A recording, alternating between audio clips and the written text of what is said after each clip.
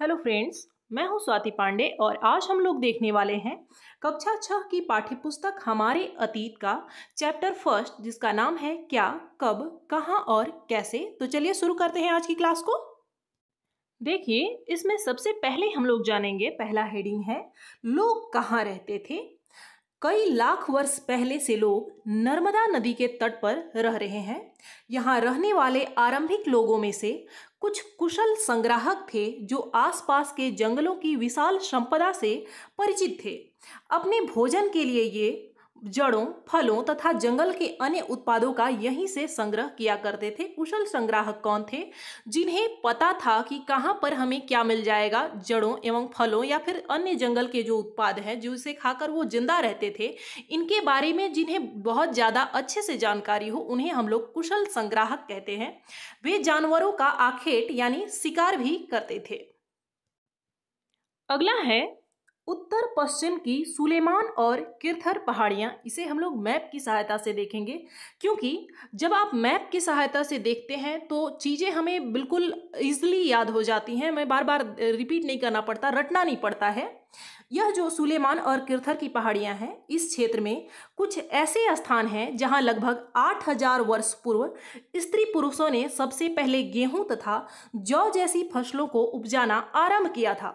उन्होंने भेड़, बकरी और गाय बैल जैसे पशुओं को पालतू बनाना शुरू किया।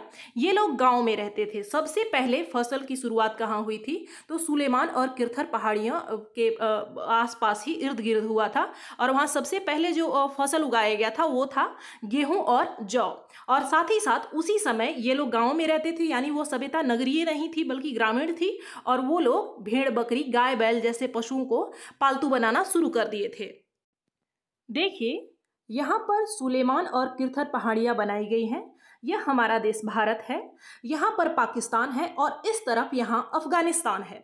यहाँ अफगानिस्तान और पाकिस्तान के बॉर्डर के पास जहाँ आप देखेंगे, यही है किरथर और सुलेमान की पहाड़ियाँ। और इसी के आसपास जो आरंभिक मानव थे, यहाँ पर उन्होंने खेती को प्रारंभ किया था, जिसमें जौ और गेहूं को उगाया था, साथ ही पशुओं को भी पालतू बनाकर रखना शुरू कर दिया था। तो यही वो क्षेत्र है, आप इसे अच्छे से देख लें। आगे दिया गया है उत्तर पूर्व में गारो तथा मध्य भारत में विंध्य पहाड़ियां। ये कुछ अन्य ऐसे क्षेत्र थे, यानी जो अभी हमने देखा सुलेमान और किरथर पहाड़ियों के अतिरिक्त ये कुछ ऐसे अन्य क्षेत्र थे जहां पर कृषि का विकास हुआ। जहां सबसे पहले चावल उपजाया गया वे स्थान विंध्य के उत्तर में स्थित है, यानी विंध्य पर्वत के उत्तर में स्थित है जहां सबसे पहले चावल उपजाया गया। जबकि इससे पहले हमने देखा कि सुलेमान और किरथर पहाड़ियों के इर्द गिर्द आसपास में जो उपजाया गया था वह गेहूं था और जौ था, लेकिन चावल नहीं था। चावल कहाँ उपजाया गया? सबसे पहले विंध्य के उत्तर में स्थित जगह पर, यानी विंध्य पर्वत के उत्तर में स्थित जगह पर। अगला हेडिंग है सहायक नदी के बारे में। सहायक नदियां हम उन्हें कहते हैं जो एक बड़ी नदी में मिल जाती है, उसे हम लोग सहायक नदी कहते हैं। देखिए, अब फिर से हम लोग मैप की सहायता से समझेंगे। देखिए, यहाँ पर है असम में गारो की पहाड़ियाँ, यहाँ साथ ही ये हमारा विंध्य पर्वत है। इसके उत्तर में, यानी विंध्य पर्वत के उत्तर में इस दिशा में इस स्थान पर चावल की खेती सबसे पहले की गई थी, जैसा कि NCERT में दिया गया है। साथ ही इसके बाद दिया गया था सहायक नदियों के बारे में, तो अब हम लोग इसे देख लेते हैं। देखिए, यहाँ पर यह सिंधु नदी है, यह मुख्य नदी है, और इसकी जो सहायक नदियाँ हैं वो है झेलम, चेनाब, रावी, सतलज और ब्यास नदी। यहाँ हम देख पा रहे हैं सिंधु की सहायक नदियों को। यहाँ देखिए, यहाँ पर झेलम नदी है, चेनाब नदी है, रावी नदी है, ब्यास नदी है और सतलज नदी है। इसके अलावा अगर हम बात करें गंगा की सहायक नदियों के बारे में, तो यहाँ देखिए यमुना है, चंबल इसमें जाकर मिल रही है, सोन नदी है। तो ये सभी सहायक नदियाँ हैं और इन्हीं के इर्द गिर्द, इन्हीं नदियों के इर्द गिर्द लोग रहा करते थे।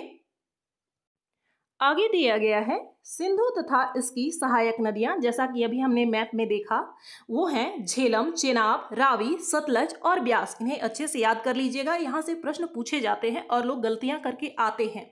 लगभग 4700 यानी 4700 वर्ष पूर्व इन्हीं नदियों के किनारे कुछ आरंभिक नगर फले फूले।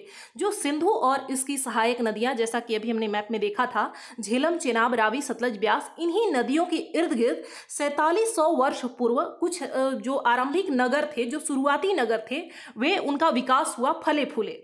आगे है गंगा और इसकी सहायक नदियां, यमुना, सोन, गंडक, कोसी, ये सभी गंगा की सहायक नदियां हैं। और गंगा के किनारे या इसकी सहायक नदियों के किनारे या फिर समुद्र के तटवर्ती स्थानों में नगरों का विकास जो है वो 2500 वर्ष पूर्व हुआ। यानी कब हुआ? सबसे पहले कहाँ हुआ? सिंधु के क्षेत्र में, सिंधु और इसकी सहायक नदियों के आसपास हुआ 4700 वर्ष पूर्व। और गंगा के किनारे या फिर उसकी सहायक नदियों के किनारे कब होना शुरू हुआ? तो 2500 वर्ष पूर्व होना शुरू हुआ था। तो इस चीज को आप लोग याद रखेंगे, यहाँ से प्रश्न पूछे जाते हैं, कभी आपसे सहायक नदी पूछी जाती है, कभी आपसे यह वर्ष पूछ लिया जाता है, तो इसे याद रखेंगे। आगे दिया गया है मगध के बारे में। गंगा के दक्षिण में इन नदियों के आसपास यानी उसकी सहायक नदियों के आसपास का क्षेत्र प्राचीन काल में मगध और वर्तमान में जिसे हम लोग बिहार के नाम से जानते हैं, प्राचीन काल में उसे मगध के नाम से जाना जाता था। इसके शासक बहुत शक्तिशाली थे। उन्होंने एक विशाल राज्य स्थापित किया था। देश के अन्य हिस्सों में भी ऐसे राज्यों की स्थापना की गई थी। आगे दिया गया है दक्षिण एशियाई देशों के बारे में। देखिए, इसे याद कर लीजिएगा, यहाँ से प्रश्न पूछे जाते हैं। और ख़ास तौर पर जब भी आप इतिहास पढ़ रहे हो, भूगोल पढ़ रहे हो, तो ऐसे में अगर आप मैप का यूज़ नहीं करते, मैप की सहायता से याद नहीं रखते, तो फिर चीज़ें आपको बिल्कुल भी याद नहीं रहेंगी। आप केवल रटते रहेंगे और आप भूलते रहेंगे। लेकिन मैप की सहायता से आपको चीज़ें बहुत जल्दी आसानी से याद रहेंगी। इसमें दक्षिण एशियाई देशों में आधुनिक भारत, पाकिस्तान, या आधुनिक भारत का मतलब है वर्तमान में जो भारत है वो, पाकिस्तान, बांग्लादेश, नेपाल, भूटान और श्रीलंका हैं। कौन कौन से हैं? आधुनिक भारत यानी वर्तमान भारत, पाकिस्तान, बांग्लादेश, नेपाल, भूटान और श्रीलंका है। दक्षिण एशिया एक महाद्वीप से छोटा है, लेकिन विशालता तथा बाकी एशिया से समुद्रों, पहाड़ियों तथा पर्वतों से बटे होने के कारण इसे प्रायः उपमहाद्वीप कहा जाता है। इसे ही भारतीय उपमहाद्वीप भी कहा जाता है। इसे हम लोग मैप की सहायता से समझेंगे। यहाँ देखिए, यहाँ पर दक्षिण एशियाई देशों के बारे में दिया गया है, जिसे भारतीय उपमहाद्वीप कह सकते हैं, कि भारतीय उपमहाद्वीप का पूरा ये फोटो है। देखिए, या इसमें क्या कौन कौन से देश हैं? भारत है, यहाँ पर पाकिस्तान है, मालदीव है, इसके अतिरिक्त श्रीलंका है, नेपाल, भूटान, ये सभी देश, और साथ ही यहाँ पर बांग्लादेश है। क्या है? ये सभी दक्षिण एशियाई देश हैं और जिसे भारतीय उपमहाद्वीप कहा जाता है। कौन कौन से देश हैं? भारत हो गया, पाकिस्तान हो गया, मालदीव, श्रीलंका, नेपाल, भूटान और बांग्लादेश। तो इसे याद रखेंगे। आगे दिया गया है देश का नाम, यानी हमारे देश का नाम कैसे पड़ा। जनरली हम लोग जानते हैं इंडिया या भारत इसे कहते हैं, लेकिन यह नाम कैसे पड़ा? इंडिया शब्द इंडस से निकला है, जिसे संस्कृत में सिंधु कहा जाता है। कैसे निकला है? इंडिया शब्द इंडस से निकला है, जिसे संस्कृत भाषा में सिंधु कहा जाता है। लगभग 2500 वर्ष पूर्व उत्तर पश्चिम की ओर से आने वाले ईरानियों और यूनानियों ने सिंधु को हिंदोस अथवा इंदास कहा और इस नदी के पूर्व में स्थित भूमि प्रदेश को इंडिया कहा। यानी सिंधु नदी के पूर्व में जो जगह स्थित है उसे क्या कहा? उसे इंडिया कहा, इंदोस कहा, और उसके बाद वो उसका जो उच्चारण है वो बदलते बदलते इंडिया हो गया। और साथ ही जिसे कि हम लोग जानते हैं भारत भी कहते हैं, तो भारत नाम का प्रयोग जो है वो भरत नाम का प्रयोग उत्तर पश्चिम में रहने वाले लोगों के एक समूह के लिए किया जाता था। इस समूह का उल्लेख जो है वो संस्कृत की आरंभिक या जो कहें कि सबसे पुराना जो हमारा रचना है, कृति है, वेद है, जो कि है ऋग्वेद, इसमें भी मिलता है। और यह कितना पुराना है यह भी इसमें दिया गया है। यह लगभग ऋग्वेद जो है वो 3500 वर्ष पुरानी है। कितना है? 3500 वर्ष पुरानी है ऋग्वेद, और इसमें भी इस नाम का जिक्र किया गया है। और बाद में यहाँ देश के लिए यह नाम प्रयोग होने लगा, जिसे भारत कहते हैं। अगला पॉइंट है अतीत के बारे में कैसे जानें। अतीत की जानकारी यानी इतिहास की, जो प्राचीन समय में जो हुआ उसकी जानकारी हम कई तरह से प्राप्त कर सकते हैं। उनमें से एक तरीका अतीत में लिखी गई पुस्तकों को ढूंढना और पढ़ना है। ये पुस्तकें हाथ से लिखी होने के कारण पांडुलिपि कही जाती हैं। क्यों? क्योंकि ये पुस्तकें हाथ से लिखी गई हैं। आधुनिक जैसे अभी वर्तमान में प्रिंटिंग मशीन है, ये सभी ऐसे प्रेस में नहीं छपे होते थे, बल्कि हाथ से लिखे जाते थे।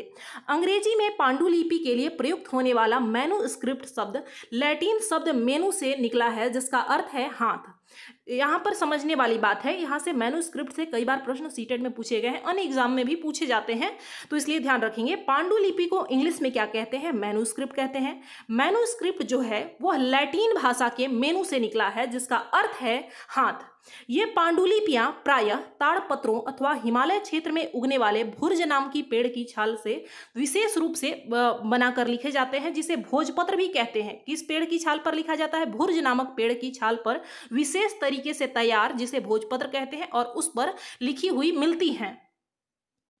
आगे दिया गया है, इतने वर्षों में इनमें से कई पांडुलिपियों को कीड़ों ने खा लिया, क्योंकि सामान्य सी बात है, जब इतना पुराना रहेगा तो वो नष्ट तो होगा ही, सभी तो नहीं रहेगा, तथा कुछ नष्ट कर दी गई हैं। कुछ अन्य शासक भी थे जिन्होंने नष्ट करवा दिए। फिर ऐसी कई पांडुलिपियां आज भी उपलब्ध हैं, इसमें भी सभी नष्ट नहीं हुआ है, कुछ बचे हैं। प्रायः ये पांडुलिपियां मंदिरों और विहारों में, विहार क्या होता है? जो बौद्ध धर्म के भिक्षुक थे उनके रहने के लिए जो स्थान होता था उसे विहार कहा जाता है। तो ये सभी पांडुलिपियां मंदिर और विहारों से प्राप्त होती हैं। इन पुस्तकों में धार्मिक मान्यताओं व व्यवहारों, राजाओं के जीवन, औषधियों तथा विज्ञान आदि सभी प्रकार के विषयों की चर्चा मिलती है। इनके अतिरिक्त हमारे यहाँ महाकाव्य कौन कौन से हैं? रामायण और महाभारत। कविताएं तथा नाटक भी हैं। इनमें से जो हैं कई वो संस्कृत में लिखे हुए मिलते हैं, क्योंकि प्राचीन समय में ज्यादा संस्कृत का प्रयोग होता था, जबकि अन्य जो हैं प्राकृत और तमिल में भी हैं। प्राकृत भाषा का प्रयोग आम लोग करते थे। आम लोग प्राचीन समय में कौन सी भाषा यूज करते थे? तो प्राकृत भाषा का यूज करते थे। साथ ही जो पांडुलिपियां हैं वो प्राकृत भाषा के अतिरिक्त संस्कृत और तमिल भाषा में भी पाए जाते हैं, तो इसे आप लोग याद रखिएगा। पांडुलिपियों के बारे में जानने के बाद अब हम लोग अभिलेख के बारे में जानेंगे। अतीत के बारे में जानने का एक और महत्वपूर्ण स्रोत है अभिलेख। यह कठोर सतह पर उत्कीर्ण किए जाते हैं, जैसे कि तांबे के पात्र पर, या फिर तांबा का कोई ऐसे वस्तु है उस पर, या फिर पत्थरों पर उत्कीर्ण कराए जाते थे ताकि यह मिटे नहीं। इसमें क्या चीज होता था, क्या लिखे गए होते थे? कभी कभी राजा का जो आदेश होता था वह लिखा गया होता था, या फिर किसी शासक ने कोई महत्वपूर्ण कार्य किया तो वो भी लिखा हुआ होता था। अभी भी आप लोग देखेंगे कि जैसे नेता मंत्री कुछ कार्य करते हैं, कुछ बनवाते हैं, किसी चीज का शिलान्यास करते हैं, तो आप ऐसे पत्थर पर ऐसे लिख दिया जाता है कि इसने ये काम किया। तो वह नया नहीं है, यह प्राचीन काल से ही चला आ रहा है। तथा अगर वो, क्योंकि पहले बहुत सारे युद्ध भी होते थे, तो युद्ध में जो भी राजा विजयी होता था, यानी जो जिसकी जीत होती थी, वह भी अभिलेख लिखवाता था। यहाँ पर दिया गया है 2250 वर्ष पुराना अशोक का अभिलेख अफगानिस्तान के कांधार में मिला है, जो दो भिन्न लिपियों तथा भाषाओं यूनानी और अरामेइक में लिखा गया है। देखिए, यहाँ से प्रश्न पिछले वर्ष जेपीएससी में पूछा गया था। आप लोग समझ सकते हैं कि एनसीईआरटी पढ़ने के कितने फायदे हैं, और यहाँ से प्रश्न लगभग हर एग्जाम में पूछे जाते हैं। जेपीएससी में यह प्रश्न पूछा गया था कि अशोक का जो अभिलेख है वो किन दो लिपियों में लिखा गया है, किन दो भाषाओं में लिखा गया है, और वह किस स्थान पर मिला है? तो यह क्या है? अफगानिस्तान में मिला है, जो कि दो लिपियों और दो भिन्न भाषाओं में लिखी गई है, 2250 वर्ष पुराना। इसे आप लोग नोट कर लेंगे। अब यहाँ पर लिपि और भाषा में कंफ्यूज नहीं होना है। जब हम कुछ लिखते हैं तब हम किसी लिपि का प्रयोग करते हैं, यानी हमारी जो लिखावट है, हम कुछ अभी जैसे बोल रहे हैं मुंह से, तो यह हमने हिंदी भाषा का प्रयोग किया। लेकिन यह जो आप अभी अपने स्क्रीन पर देख रहे हैं, यह क्या है? लिपि है। यह लिपि के माध्यम से ही हम लिख सकते हैं।